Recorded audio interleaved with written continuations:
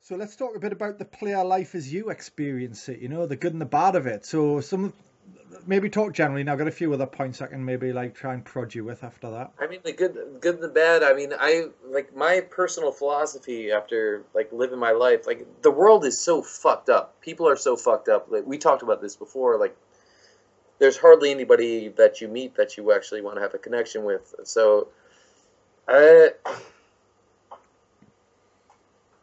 don't know. And there's points like I'll get laid 3 times in a weekend, like 3 times within 24 hours. Like it'll be fantastic. I'll be on top of the world. And for the next few weeks, I won't get laid at all.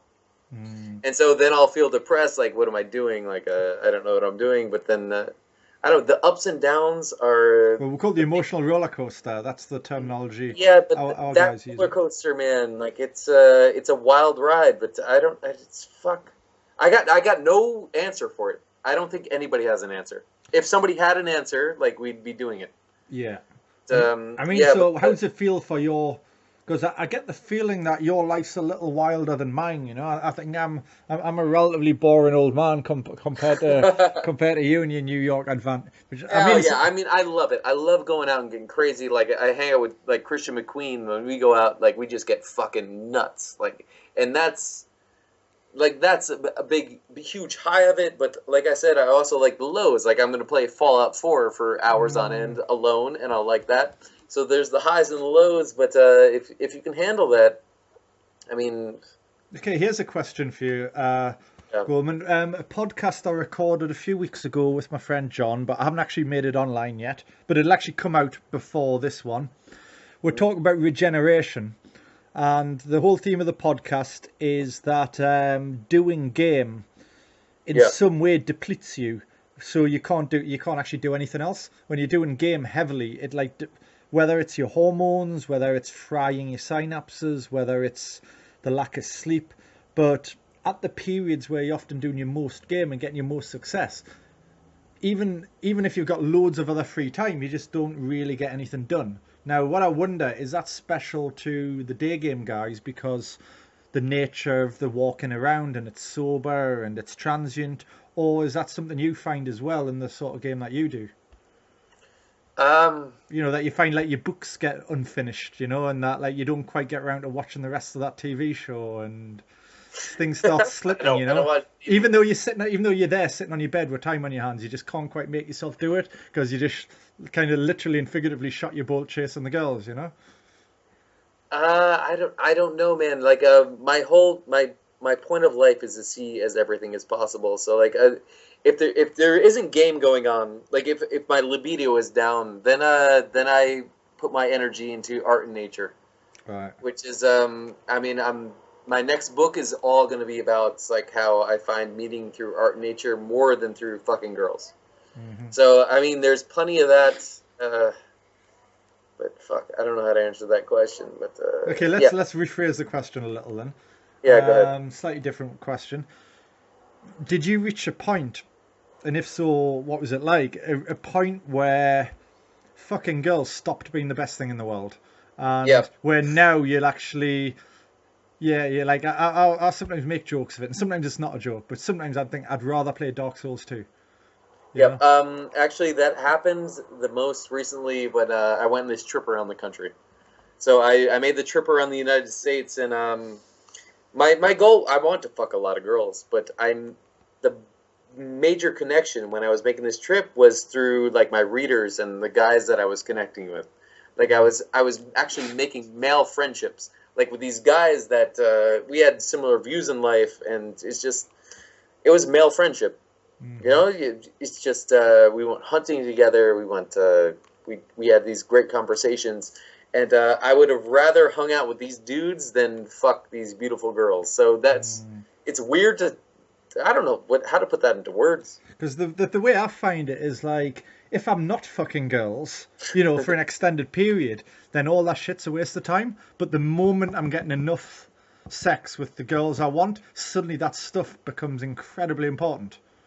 Yeah. Yeah, and like I said, I got this French chick here in New York. Like, I fuck her, and it's great. We have a good connection, and then I get to work on other things. So, um, yeah, I get to work on my work and my art, and it's fantastic. So let's talk a little bit then about the difference between your let's use manosphere terms, your blue pill friends and your red pill friends. You know, Oh, Jesus. I mean, are you a different person around them? Do you get what's it like? Because you have like a real job, don't you? Yeah, I got a real job, but I'm quiet around them. They know my life, and they kind of think like and they make jokes about it and things like that. But I'm very very quiet about around them around my real job. Some of them have actually they've Googled, they found my fucking blog, and so they know what I am. But then when we have a talk about it, it just I clam up. I can't. I don't have a good connection with them. So yeah, that's difficult. But and a lot of my blue pill friends, you know, they end up getting married. I mean, 33, so most of them got married, and we still talk. They know what I do, and they're still cool about it. You can be honest. Once you're honest, I mean, but can you read about this. Can you go out and have beers with them? Because like the problem I have now, this might just be unique to me, but I find it really, really hard to just go out and have beers with my normal blue pill friends. Because what'll happen, right? You'll let's say you go and have a beer. I don't know. Let's say a couple of beers on a Monday night, right? And you'll say to your mate, oh, like, how was your weekend? You'll say, oh, it was pretty good, you know. Like, on Saturday, I watched the football game. On Sunday, I went to IKEA and bought a new table and got matching chairs. Yeah, it's got like a lavender cushion on it, you know, it like matches the drapes.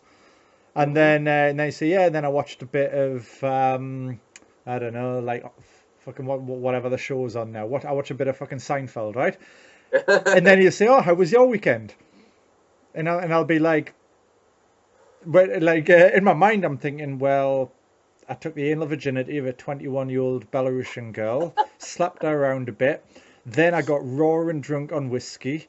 Didn't wake up till 4 p.m. Hit on a bunch of girls. Got a bounce back, but LMR couldn't fuck her. And then wrote a blog post. That's what's in my mind. But what I actually say is nothing special. Yeah. Just read a book. But the thing where I come from, like I told you, my background before, where I grew up very religious, so I was used to having like this religious personality and this personality where I'm just like a fucking crazy person, you know, doing drugs, like going skateboarding and snowboarding. So I've grown up with that. So I have this dual life. Right. Like there's this one life where I put on the facade where, you know, people think I'm normal, and then there's the other life. I've just been used to that. That's why I think I've been good at the player thing. Right. And good at the game thing, because I've always had that dual personality going on. And does it have any blowback for you, or is it something that you're quite comfortable managing? Not yet. I mean, no. I mean, no, not yet. I mean, I expect it to blow back in my face as soon as my true bosses find out, but that's not going to happen. Yeah, but what about psychologically for yourself? Do you get like cognitive dissonance? Does it fuck with you, or are you comfortable? Yeah, it fucks with me. I like, that's why I like doing a lot of the psychedelic drugs. All right. Because that brings me back and it takes me away from what I'm doing. But and plus I've been under a lot of hypnosis and psychoanalysts. Like, I'm into the psychology part of things because I know we're all fucked up. Sort of ways. I know I'm fucked up. Everybody's fucked up.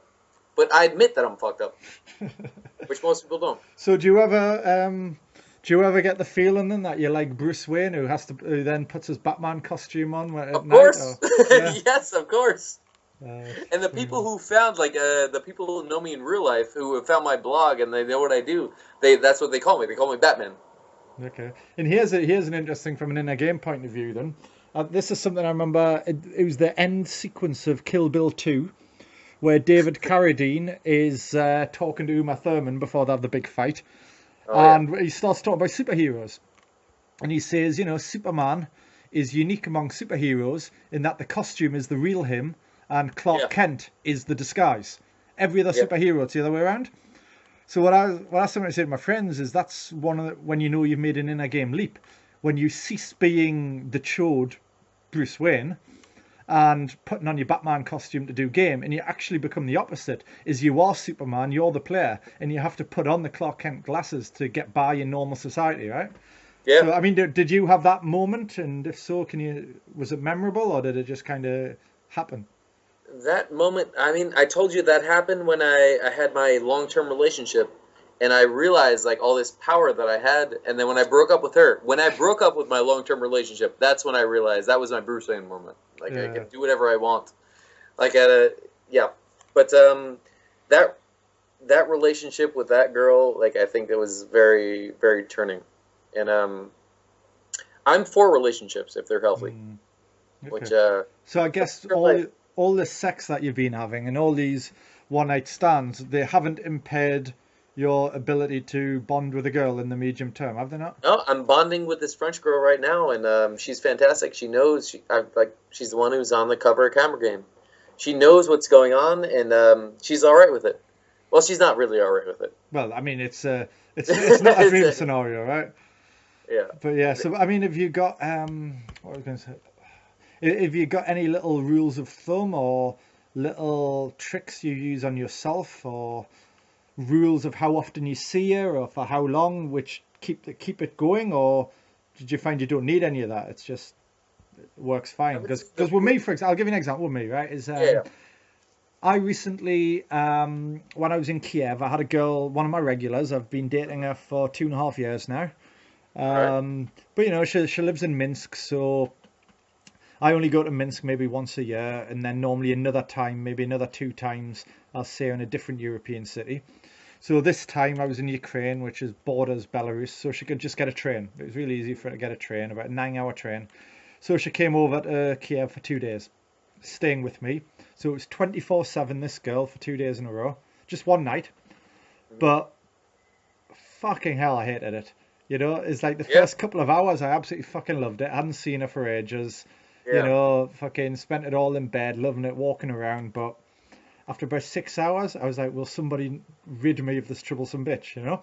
Like, she was a lovely girl. She was like on her best behavior every fucking moment of that weekend. But at the end, like, you know, if I thought I could have bashed over the head and buried her in a sack, I would have just done it, right? And now I think I got to blame the player lifestyle for that, right? I think it's the kind of hedonic treadmill, the ever more gratification you need to keep things going. I think that's maybe changed my wiring a little bit.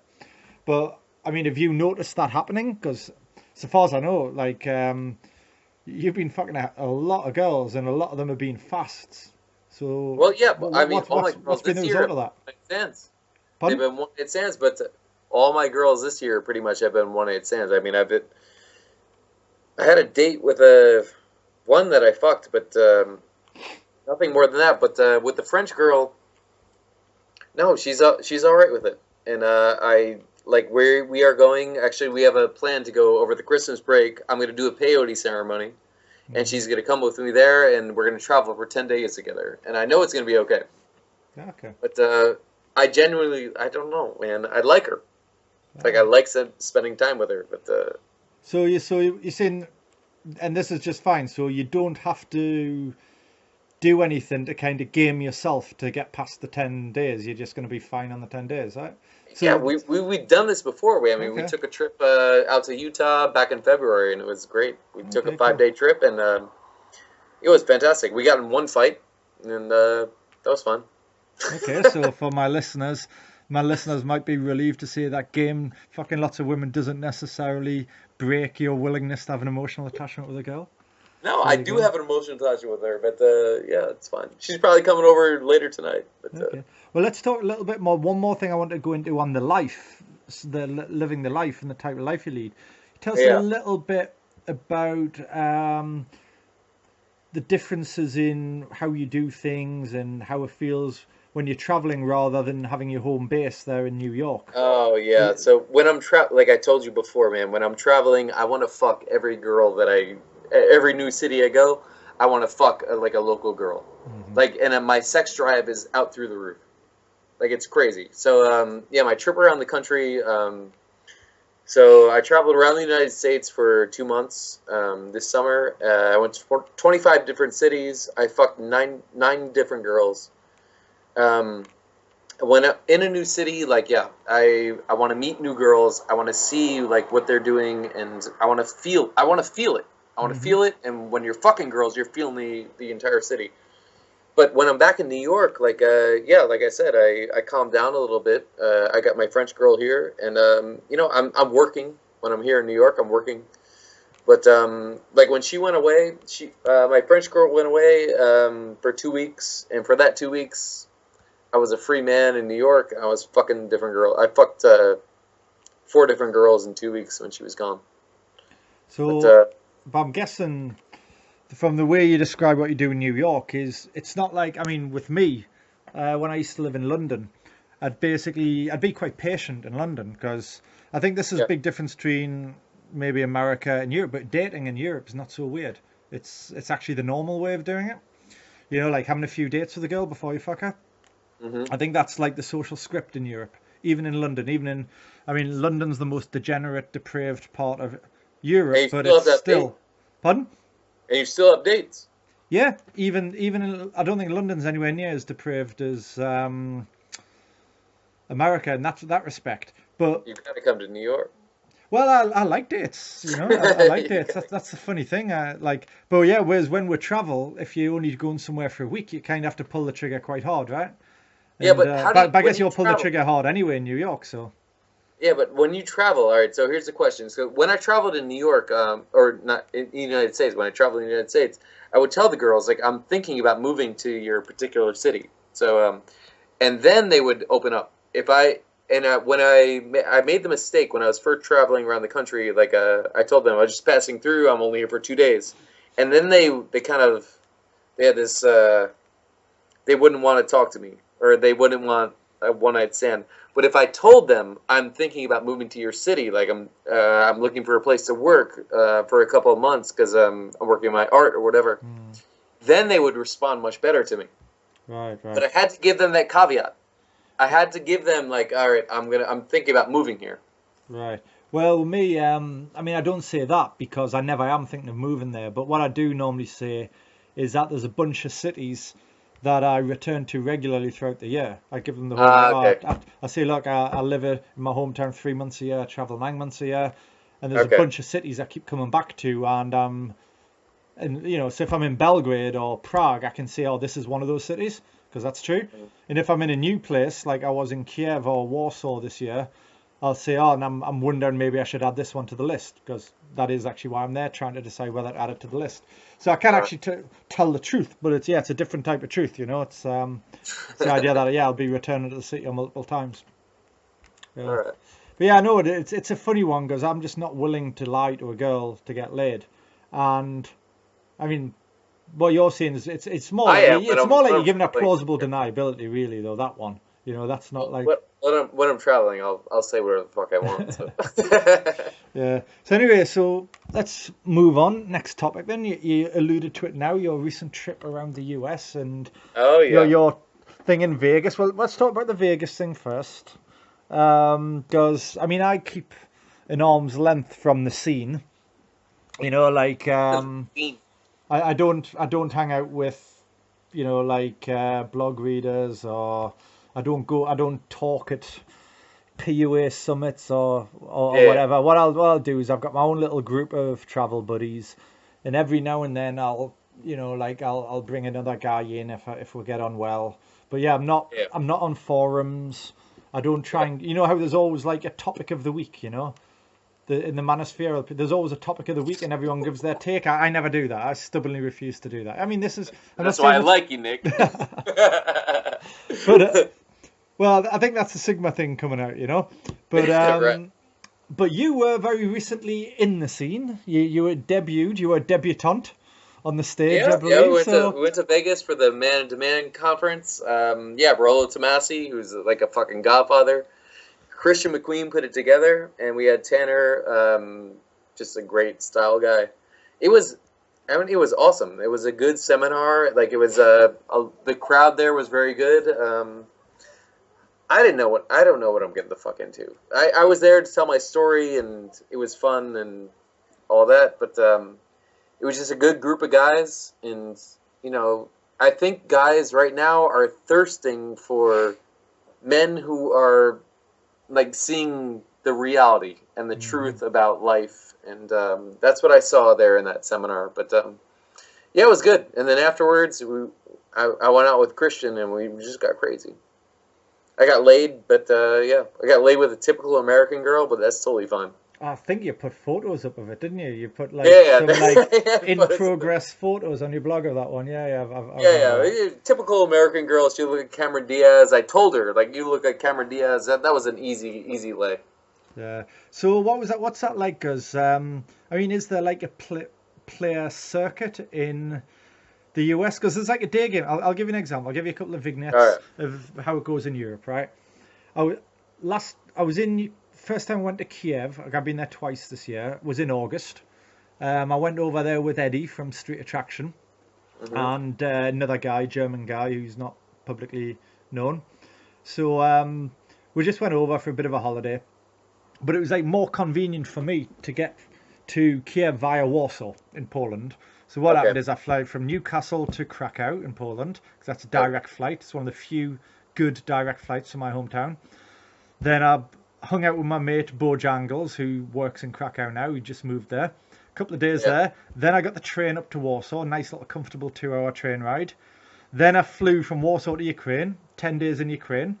Then I flew back from Kiev back to Warsaw to do that, the reverse version. On the first day back in Warsaw, I'm like walking along one of these little like cafe streets in the centre called Chmielnia, past the convenience store, and fucking Tom Torero walks out with a shopping. Right? He's like, "Oh, hello, Nick.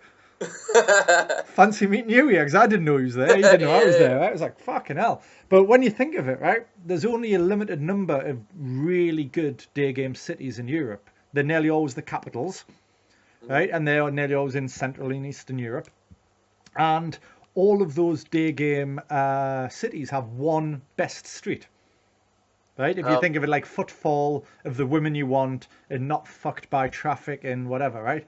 So basically what happens is there's only, at any given time, if you know someone's on the road, there's probably only 10 places he could be, which means 10 streets. And there'll probably be a best time of day that he's going to be there, right? So it's not actually so weird as in the whole continent of Western Europe that you'd bump into another day gamer, right? It's really not that weird. And I've been recognised a whole bunch of times because of that, It's like, I mean, in Prague, the day game strip, like the best bit. I mean, obviously you can day game many places, but you might as well go where, there's the most fish, right? Is a little strip from New Yorker shop. It's just some like fashion, like high street fashion store. And then it's about a 500-meter walk to Palladium Mall. And then there's Palladium Mall itself, which is quite a small mall. That's it. That's the best part of Prague.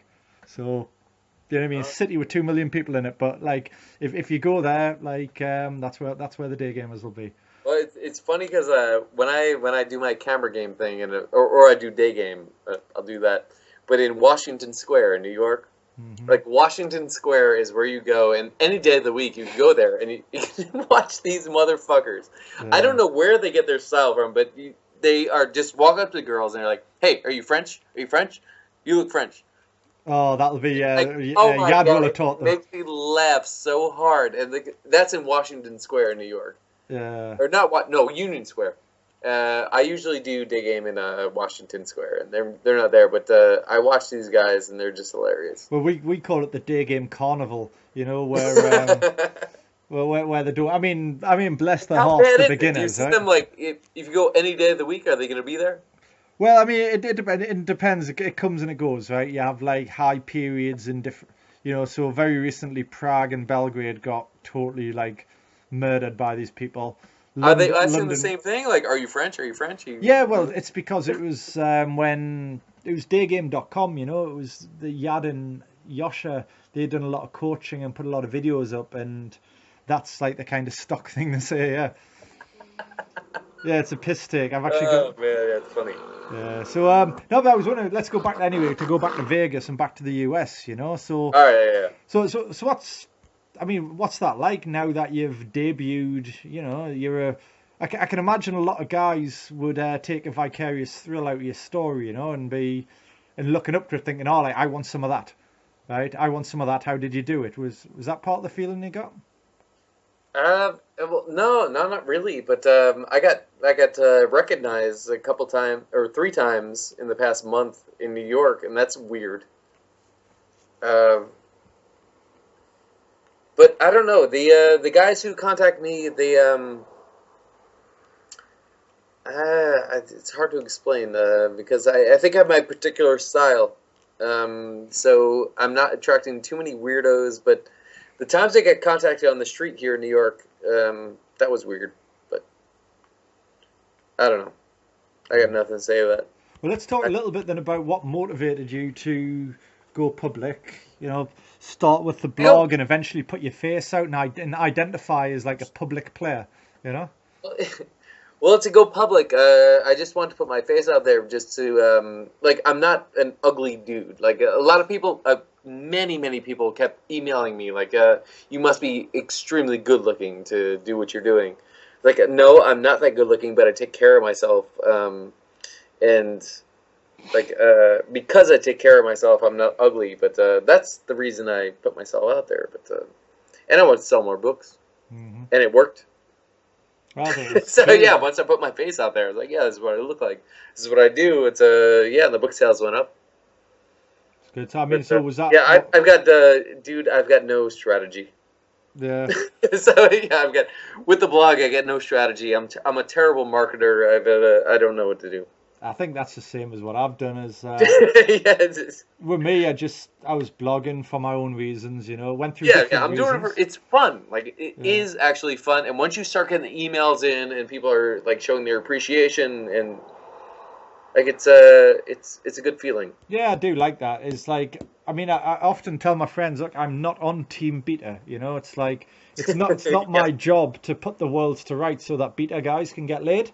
I'm on Team Winner. You know, like I'm waiting for the guys who have got it in them to do the work and elevate themselves. And once they've elevated themselves out of Team Beta, now they've got my attention. You know, because they've already got through the filter. You want to do something, So it's Yes, it's always good with that. It's always good when you meet someone who who's like, oh, look, I really like what you do. And you're like, oh, cool, yeah, boring. Right? And then he says, oh, yeah. And then he tells you what he's been doing. And you're like, oh, fucking hell, hang on. Yeah, he's been working away like an otter building his dam. You know, he's been giving it a go. And then that's why I like the trip I did around the United States. Like, I went to 25 different cities. And about half of those cities, I had guys who invited me to their homes and they wanted to, learn about like how to pick up girls. And they were truly good guys. Like and it was fantastic. I had no weirdos. There's no weird shit. So in your experience then when you were like at the seminar and when you met guys in other ways, how many of them do you think are serious take action guys and how many of them do you think are kind of voyeurs or just in it for the entertainment? All right, so like I said, my blog is not that huge yet, so that's why I want to do the tour around the country. Mm-hmm. Every single guy I met, they were really into it. Every single guy, 100%. When I've been coaching here in New York, I mean, there's only a couple guys who are here for the entertainment, like I just want to meet you and see what you do, and that was it. But most, I'd say 90% of the dudes have been really into it and really pushing their lives to become somebody better. Right. And that's where I came from. I want to become somebody better, and like I've been there at the low point. I know what it's like to do that, but fuck, man. Can you still relate? Can you? Because like one of the problems I have, it comes across my blog, is I really struggle to relate to guys who are new to this. Oh man, yeah. Because I've forgotten what it's like. Because I remember now that I think about it. I mean, I've written about it, but I remember like talking to girls in my first 6 months when I was like almost hyperventilating with fear. You know? Too. Yeah, it just seems weird. I thought I was gonna have a heart attack. Yeah. Like if my fucking heart was gonna explode. Yeah, and now a beginner guy will say, "Oh, I got a problem with this, that, and the other," and I'm just thinking. But I know, like, there was a time when I was him, right? But that time feels so long ago. I struggle to put myself into that guy. To take his problem seriously, you know? Yeah, it's hard to put into words. With those guys, I let them show, like, with the guys I coach, I just show from example, like, and I think they learn from that the most. Like when I can approach a group of like 6 hot girls, like who are there for like some kind of party or just like a hen party or something, and approach a group of 6 hot girls and be like, "Hey, what's up?" Blah blah blah, and like almost act like a clown, but and who cares if you get rejected? And the guy will see that like it's okay if you go up and talk to a group of girls, talk to 2 girls, and it doesn't matter if you get rejected. Like, 'cause I really don't give a fuck. And I think that's what guys get most out of my coaching. Like, I really do not give a fuck about anything. But hey, that's where my skill set comes in. I've never given a fuck. Okay, speaking of your skill set, then let's talk again on the more of the sort of advanced guys' problems. Like, have you found that as you get better at this, as you get laid more or you get whatever more experiences, that you start to get a new set of problems, like, or a new. I'll give an example of mine. This year, I've just been bored out of my mind. A lot of the times that I'm talking to girls, right? Bored out of my mind, or especially on dates. I've never really lost the love for the street, because you might only be talking to a girl for 5 minutes or 10 minutes, and a lot of it's all new and exciting. But if I'm on a date with a girl, let's for like say 30 minutes into the interaction from the total time I met her, 30 minutes in, and she gives me a signal that makes it look like I probably won't fuck her tonight. Like, often I'll just lose all interest. I'm like, I just don't even want to be here anymore. I don't even want to be here anymore. Fucking boat as you. We're in the same boat. Like, this is inevitable. This is going to happen. But like I said, I haven't done dates in a long time, and this is the reason why, because I don't like wasting that time. So the most fun for me is just going out and finding the one night stand. Like, dude, but you find it though, like 1 hour into the interaction in the same night, though, if you just get that little bit of a feeling when you put your little, you put your little thing out there to get the response, in a couple of times in a row, you put it out, and the response indicates she's going to be wasting your time and won't fuck. Do you find out you just? Then you just say. Yeah, and I've done this with my friend from the Christian McQueen forum, Soup. Yeah. He's been my wingman for the past few weeks. We've been wings for like the past year, but yeah, if there's a girl, I could tell. Like, I'm just, once you've interacted with thousands of girls, you can read this. And this is why I push guys to go out and fuck your 6s and 7s. Because then you get to have that, what the girls are into or they're not into. Yeah. You gotta fuck a lot of 6s and 7s before you realize that happening. And then once you realize that happening, like, move on.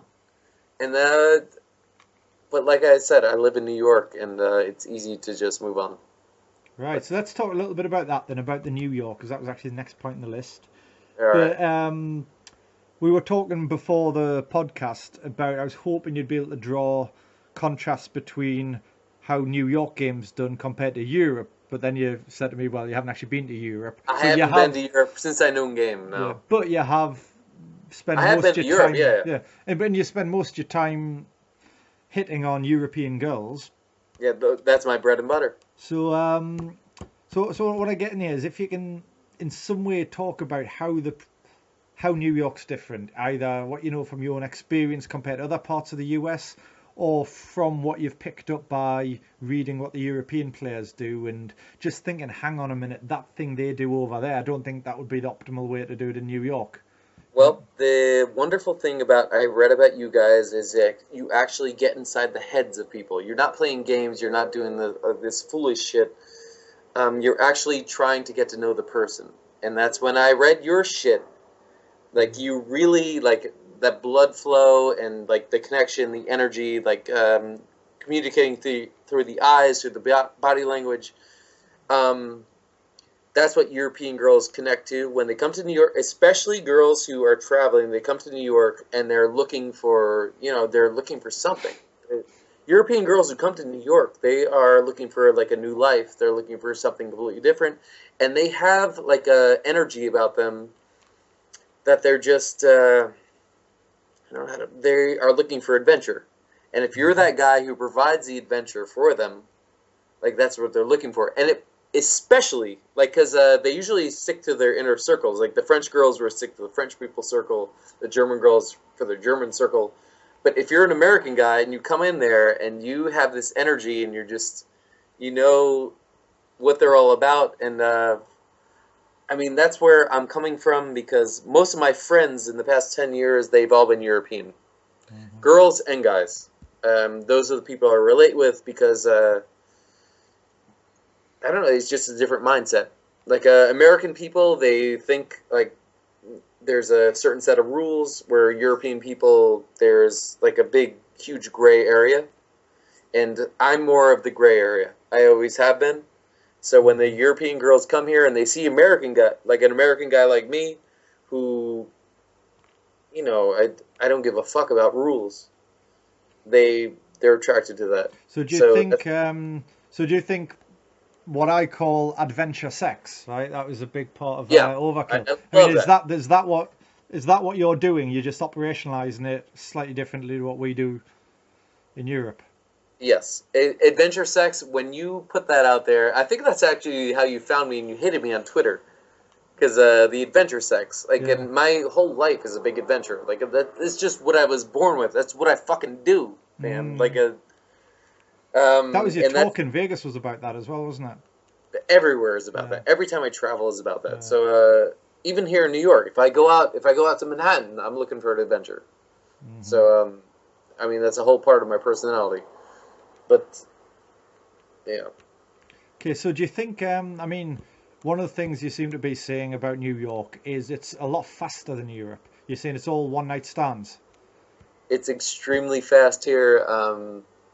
And we have so many visitors. Like in the past 2 weeks, okay, the last 3 girls I hooked up with, they barely spoke English. So my friend Soup from the Christian McQueen forum, he's a good buddy of mine. He opens up a couple of girls. The last one's a good example. He opened up 2 girls from Chile. Yeah. One of them didn't speak English at all. I talked to her. She did not speak English at all. I'm talking to her. I'm telling her how attractive she is. Like she's in New York. She wants to have fun, like adventure. Why is she in New York? And we're talking together, and I keep telling her how sexy she is. I'm looking at her lips. I'm touching her lips. I'm checking her nose, touching her eyes. And we start making out, and 30 minutes later, I got her in a cab and coming back to my place. It's like... it's just a weird place, man. And when I was traveling around the country, it wasn't really like that, but kind of made it happen. Because I told them, like, when you're in New York, like, sex happens very fast. So. Yeah, because that's something our mutual acquaintance, Mr. Shotgun, was saying. Is he kept saying to me, he said to me, he's like, Nick, you wouldn't believe how fast New York is. Because the girls, like you said it as well earlier in this podcast, you said the girls go out to get laid. Now, that doesn't happen in Europe. Like, that is so rare in Europe, is to find a girl who's gone out to get laid. Now, the girls have gone out to get attention. They've gone out to have fun. They've gone out to dance. But finding a girl who's gone out to get laid is like finding a unicorn in Europe. Like, so, dude, here... There must be something in the air in New York, you know? Well, it's New York. That's what they do, yeah. And, yeah, I'm not claiming to be the best player in the fucking world because I live in fucking New York, man, and the girls are here to get laid. But that spills over. Like, when I traveled around the country, I was getting laid all the time. Like, in Chicago, Seattle, like, Portland, Austin, I was getting laid all the time because I told them this. Like, in New York, you get laid very fast. And, like, then they responded to that, and they're girls, and they'll respond to whatever you say as long as you mean it. So they were responding to that very, very quickly. It's an interesting one. So, like, what sort of... so you're talking mostly bar game here, are you? Or yeah, night game, bar game. My preferred habitat is a bar with a backyard. Right, so beer garden. Yeah, beer garden, and then, there's an open air above you, and then it's very easy to just walk up to people and say hello. Yes. Like, that's... So what's the structure? Let's say you've decided you're going to go out and do some game on any given night.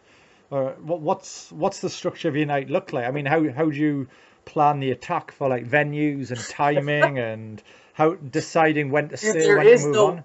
See, with me, there is no plan. Like, I like to just go out and see. Like I told you before, the vibe off the energy. If it's a rock show, I will be the craziest motherfucker at the rock show, dancing like an asshole, and like getting people in and dancing with me. If it's a lounge, like tonight, well, it's 8:30 now. Tonight, I'm going to a museum that's open till late on Thursday, and I'll be there with my camera, and I'll look for girls who are kind of on their own, looking at artwork, and I'll ask them about the artwork, dude. It's just all about the energy of the situation. Okay. But I heard though you have really good logistics, so don't you? Don't you like live above a bunch of bars in like a good part of town? I live no, my apartment, my actual like where I am right now is in a shitty part of town. But is it a part of town where people are very interested in? So it's one subway stop away. We could walk 2 minutes from the subway. Right. Okay. But right now, looking outside, no, I got no bars around. But okay, I must have got the wrong intelligence on that. Okay. I mean, just because one of the feelings I'm getting from talking to you is that your game, your attitude to game, your process game is very, very broad compared to mine. Because like for me, like literally, I just want to do everything the same way, right? Which is every time I travel, I do exactly the same thing. It's become a little bit of a joke amongst the other London day gamers. But basically, I could go to any city in the world. I'll get my apartment on the main street, preferably the old town. yeah, The nearest cafe. I'll find the nearest cafe I like, the nearest restaurant I like, and the nearest bar I like. Often within like a 200-meter radius, and I'll never leave for 2 weeks. oh yeah. I'll get my coffee in every morning in the same place. I'll get my lunch in the same place. I'll take my dates to the same place, and I'll even do the same street to pick up the girls. And I'll do it all the same way, which is a solo girl exactly walking. the opposite. Yeah. No, no, I like to just go out and just get. I like to get crazy. So yeah, if it's like that means like during day game, if it's camera like in different parks, if it means going out to clubs and getting fucked up and just getting completely crazy. I just like the different. This is why I love games so much, because there is so many different avenues you can go down, and I crave that, and it keeps me going. Like it just keeps me going. So. Yeah, well, and like when it comes to like Fallout, I finished Fallout 3, and something I'll tell you, role-playing games is I never bother doing the magic, I never bother doing the mages, I never bother doing the elves. I just get every single game I play, I just get the warrior, I get a big fucking sword, and I like max out all my brute characteristics. I even play games the same way. I like everything. I want to shoot fireballs, I want to beat people over the head, and I want to, I've not thrown a fireball in my life, mate. Love it. Yeah, so anyway, I think I think for all the commonality, we've found a point of difference in our characteristics there. Right, so let's talk a little bit more about New York, and now not about you. Let's talk about your competition, right? Like, what is the standard of competition like with the guys, and what sort of competition is it? You know, what angles are they working? How good looking are they? How well dressed are they? How faggoty or how masculine? How charismatic? How good's their game? You know. Yeah, so I noticed this also when I was traveling around the whole entire United States. I do well here in Brooklyn because a lot of the guys are they're pussies. They are seriously pussies. And I found that also in Seattle, Portland, and Austin, Texas. Those were the cities when I was traveling around I did the best in, because then I could just step up to a girl and just be like, hi, how are you? I like the way you're dressed. And to that, like, that is intimidating to them. And that was it. And to me, that's tame here. Like, hi, how are you? I like the way you're dressed. And they're not used to that. But a lot of the guys in Brooklyn are just incredible pussies, man. So I think the most feminized cities are the cities I do best in. Like, I mean, talking about quick one-night stand sex. Right, yeah. So I do very well here in Brooklyn. I mean, there's a lot of hipsters here. And the hipsters are just like they're a plague. They're a plague, and but it makes it easier for me to get laid. I mean, do you watch those guys trying to work the game? Like, what do these guys do? No, they're all doing Tinder. Yeah. They're all fucking doing online dating. They're not approaching girls, and And plus, the most beautiful girls do not get approached. Yeah. I mean, they get approached with guys with really bad game. I mean, guys who don't know how to get outside of their own heads. And like I told you before, with the eye contact that I've been having recently, that has been working wonders. Like when you look at a beautiful girl and right in the eyes, and you're not like intimidated by her beauty, it just blows her away, and that works absolute wonders here. Well, what I was thinking with that, because I do that in Europe, but the problem with Europe is Europe hasn't. Well, I say the problem, but Europe hasn't become feminized, right? Like England is feminized, but when you go into Eastern Europe, it's not. And so that's a different set of challenges, different set of opportunities. But one thing I've noticed with when I watch like English TV or American TV, whether it's like drama or reality TV, when you see photos, I'm amazed at how everybody has to be ironic, right? It's like they have to look away, they have to pull the duck face, they have to pose. It's almost, and even the music, right? It's like you watch music from the 70s before culture was fucked. People are having fun, right? They're doing an honest expression of emotion, right? Like you watch fucking Earth, Wind and Fire or fucking the Jackson 5 and shit, right? Or whatever, how far, or the Beatles. They're having fun. They're smiling, right? They're looking at the camera and smiling. They're not doing a Miley Cyrus with a fucking tongue, right? They're not trying to be like too cool for school. And I think that is an expression of the same problem, which I think a lot of guys have now, is they can't just look at a girl and say, this is what I want. And if you don't want it, no problem. That's not going to trigger me, you know? Yeah. And so I think when you can do that, you know, when you can like look at a girl and all you're doing is giving a window into like a solid inner game, that is actually quite rare, you know? And girls can pick this up just by the dilation of pupils, you know? They can pick it up beautifully, and like I said before early in the video, like I have the advantage because I grew up in this cult, which was like no TV, none of this shit.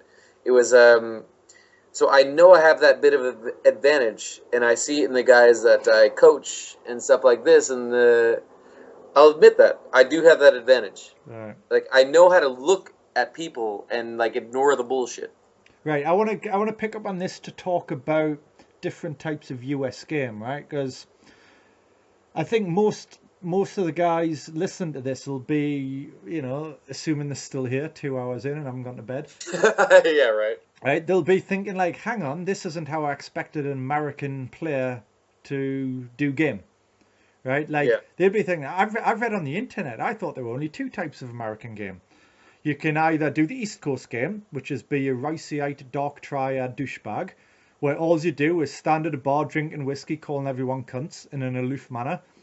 Or you can do the West Coast game, where you get jacked, go on rides, get the pocket square for your suit, get connections, drive a good car, you know, build it and they will come, and then, you know, you do the high status game.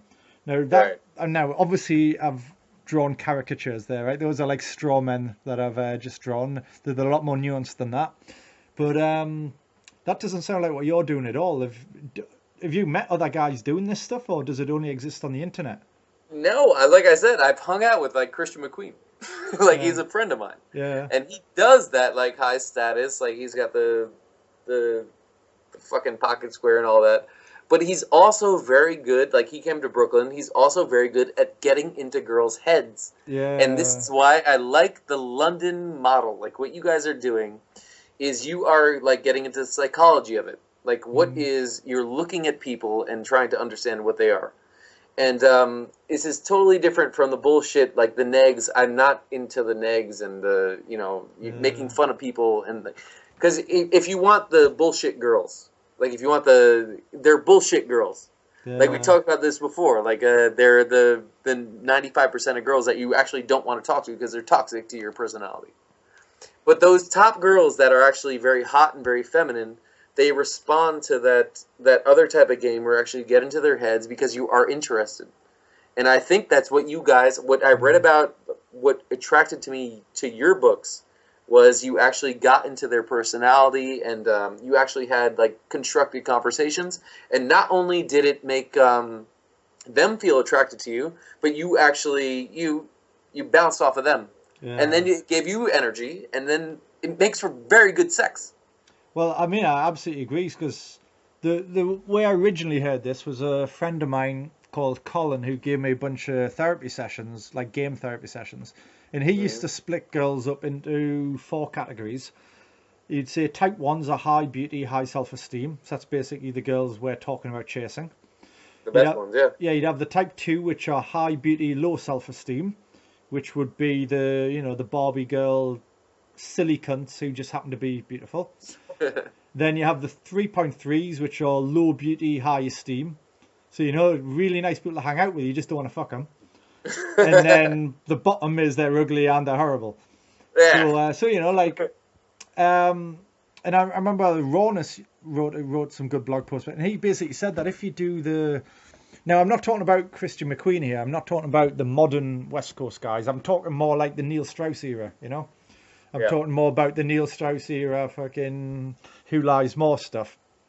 The Rollies used to call that the dance of the wounded souls, where you have one compensatory narcissist trying to out-narcissist a other compensatory narcissist, so that 2 empty bodies can collide in a sexual coupling.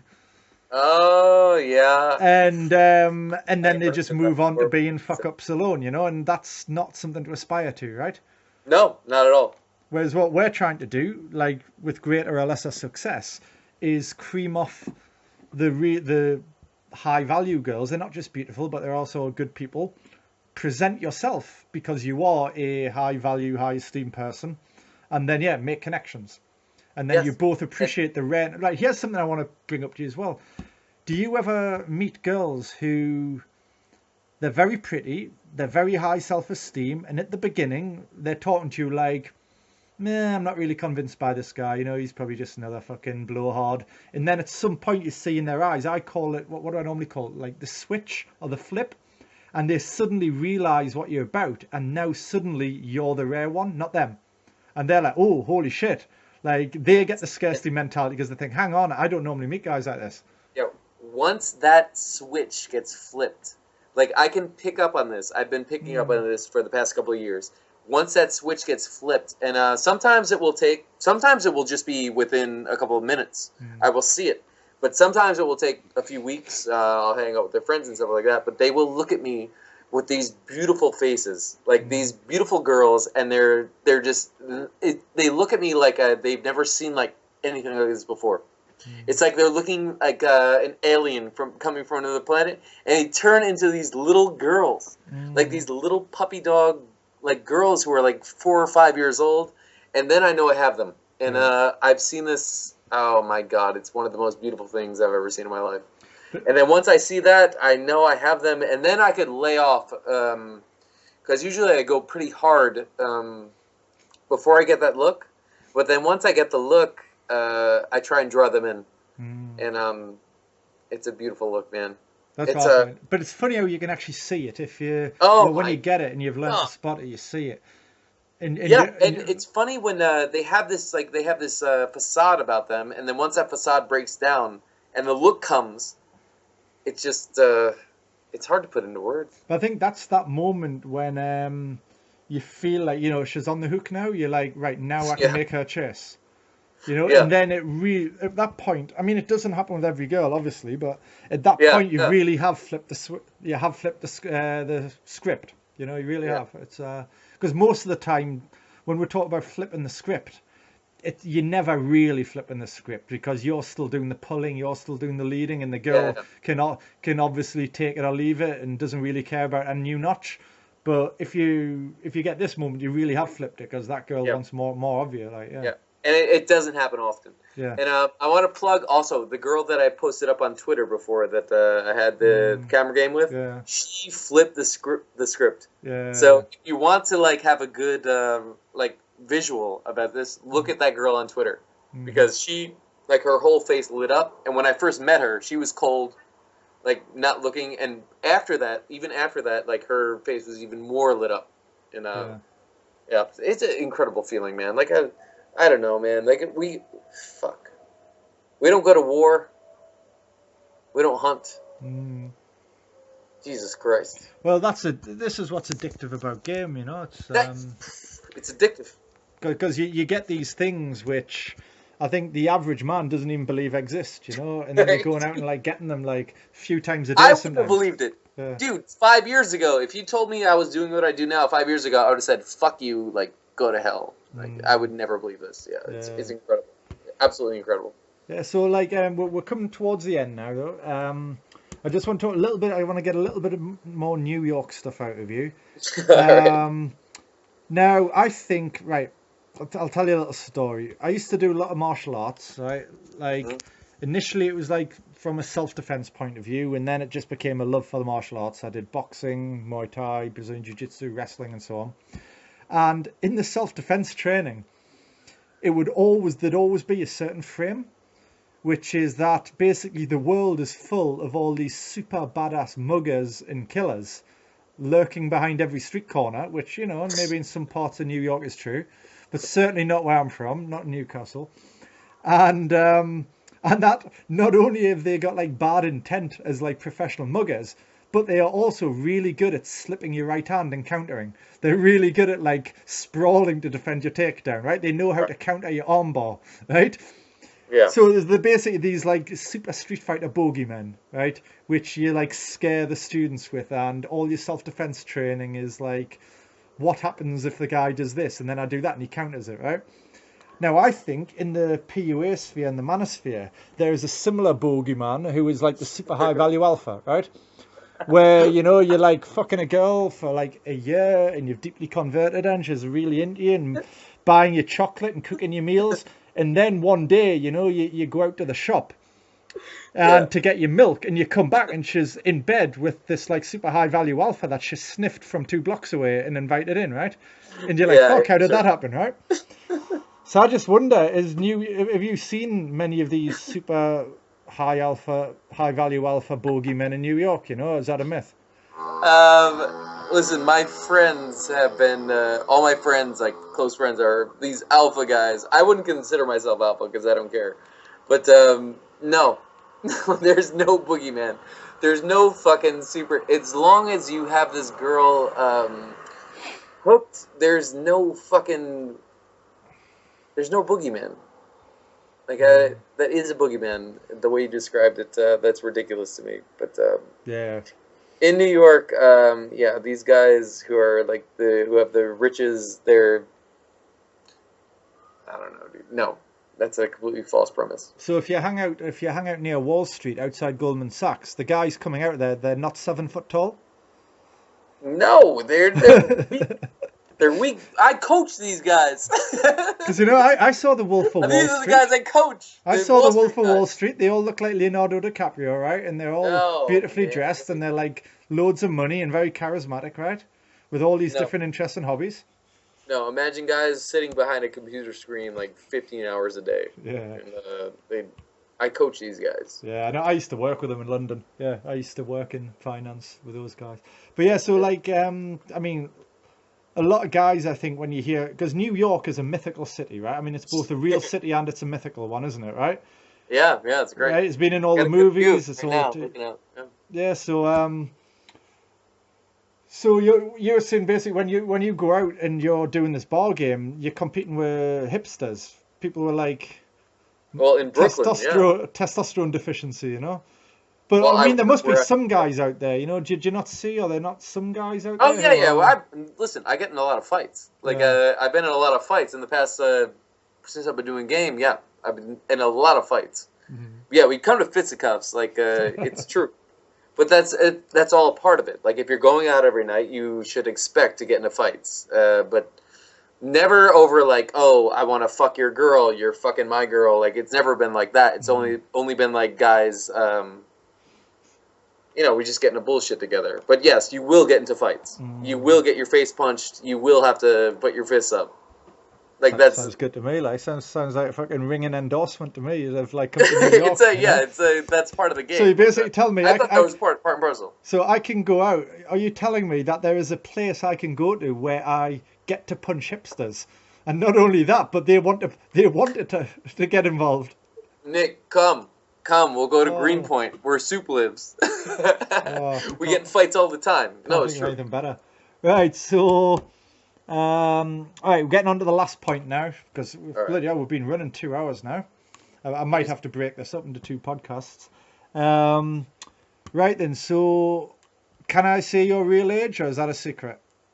No, I'm 33, man. Right, 33 years old. So we were just commenting again for the podcast. Like, in the blue pill world, I guess you're on the sexual scrap heap right now, are you? Is that how it feels? What? I'm fucking as many girls as I want to right now. Yeah, I'm on overload. So, but I live in New York. That's a problem. So it's just funny though, isn't it? How I don't know. I mean, you got into what you said around about 27 you were when you first started? 27 it was when I hit my low point and I had nothing. I had fucked that big fat girl. And then I read Neil Strauss's book. And then 28 I started actually learning game. And then I had my relationship when I was 30. And then 32 I broke up with her. And then since I broke up with her, that's when I had to start my blog and really let loose. So did it ever, at any point in that process, did you ever feel like you were too old, that the clock was ticking, or were you always thinking, nah, I'm fine? No, I told you since I was 5 years old, I've been a womanizer. Right. I knew I was going to do this my whole life. Right. So it's because like a lot of guys who get into it, I think, like messages I get, questions, a lot of them are like guys who are like 32, 33, and they're like thinking like, have I left it too late? Because all their friends are like married, you know? You're just starting. Yeah. You're just starting. And yeah, the best guys that I've coached have been like older guys in their 40s. So they're the ones, and the girls, they're attracted to them. Even like I said, my age that I fuck is usually 21 to 24. Other than that, I don't even really bother with. And they're easy to come by. Well, I live in New York, but that's another thing. There's millions of them. Millions. It's great. Literally. Right, well, I think we'll start winding this up then. So, do you want to maybe pimp your own stuff, your blog, your material? Tell us how we can find you and what you offer people. What if you can, tell us what to expect if they come onto goldmundunleashed.com. What's the story? Well, I'm not a very good person to do like a step-by-step method by. I'm a very good storyteller.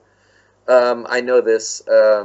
So my books are mostly stories. The Go Forth book is when I came of age as a player.